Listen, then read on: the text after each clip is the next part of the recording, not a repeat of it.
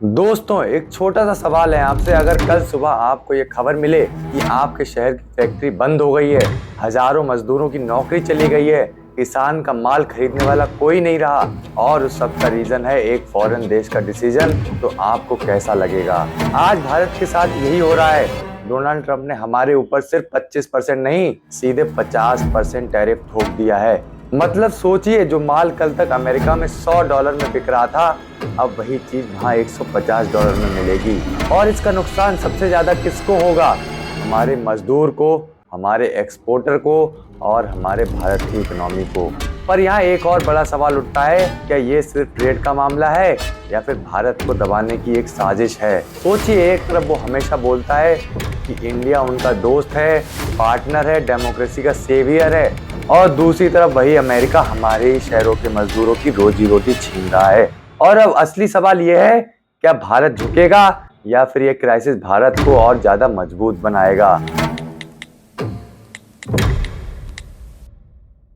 शुरुआत हुई थी अगस्त 2025 में, यानी इसी महीने में, जब ट्रंप ने 25% रेसिप्रोकल टैरिफ लगाया। Announcing that he will impose a 25% tariff on goods from India. लेकिन सिर्फ 2 हफ्ते के अंदर एक और 25% पेनल्टी टैरिफ जोड़ दिया गया, टोटल 50%। और वजह, अमेरिका को पसंद नहीं आया कि भारत रशियन ऑयल खरीद रहा है, सस्ता तेल ला रहा है और अपने लोगों को पैसा बचा रहा है। मतलब असली प्रॉब्लम इकोनॉमिक नहीं, पॉलिटिकल है। इसका तुरंत इम्पैक्ट देखा गया। स्टॉक मार्केट ने क्रैश किया, सेंसेक्स और निफ्टी 0.8% गिर गए, रुपये कमजोर हो गया। एनालिस्ट कह रहे हैं कि इससे भारत की जीडीपी ग्रोथ में 0.6 से 0.8% की गिरावट आ सकती है। और सोचिए, अमेरिका हमारा सबसे बड़ा एक्सपोर्ट पार्टनर है। 2024-25 में भारत ने लगभग $87 बिलियन की चीजें अमेरिका को बेची थी। अब उसमें से आधे प्रोडक्ट्स, टेक्सटाइल से लेकर डायमंड्स तक, मार खा रहे हैं। टैरिफ के बाद उनके प्राइसेस यूएस मार्केट में इतने बढ़ गए हैं कि बायर्स बांग्लादेश, वियतनाम, मैक्सिको की तरफ भाग रहे हैं। सबसे बड़ा झटका डायमंड को लगा है। सूरत की फैक्ट्रीज में अभी तक 50,000 मजदूर की नौकरी चली गई है और अगले महीने तक 1 लाख और रिस्क में है। वॉशिंगटन पोस्ट लिखता है, सूरत का डायमंड कटिंग वर्कशॉप लगभग बंद पड़ गया है। एक पूरे शहर की रोजी रोटी खतरे में है। टेक्सटाइल एक्सपोर्ट्स में 28% सिर्फ अमेरिका को जाता था। लुधियाना और तिरुपुर के टेक्सटाइल मिल्स ओनर बोल रहे हैं, ये 50% टैरिफ एक डेथ नील है। मतलब ये हमारे कपड़े अब यूएस मार्केट में बिल्कुल बिक ही नहीं पाएंगे।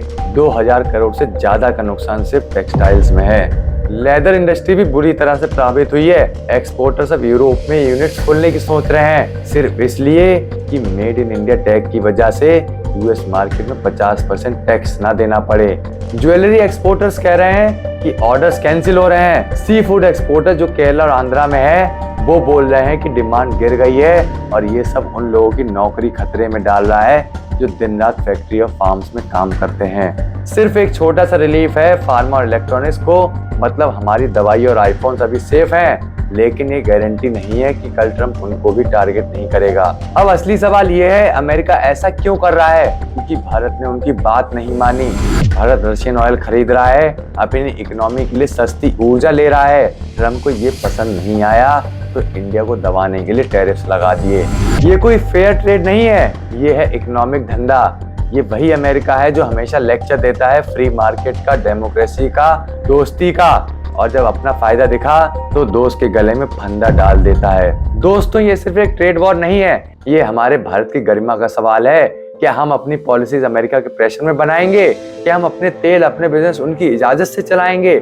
हमारे मजदूर, हमारे छोटे किसान, हमारे आर्टिसंस, उनकी रोजी रोटी अमेरिका की टैरिफ पे डिपेंड नहीं हो सकती। भारत एक मजबूत देश है, हमारे पास अपने बाजार हैं, अपनी डिमांड है।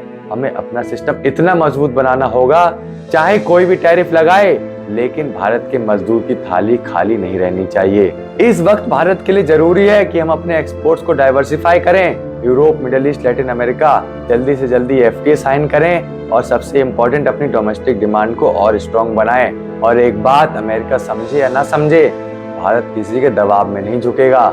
अगर वो 50% टैरिफ लगाएगा तो हम अपना जवाब 100% आत्मनिर्भरता से देंगे।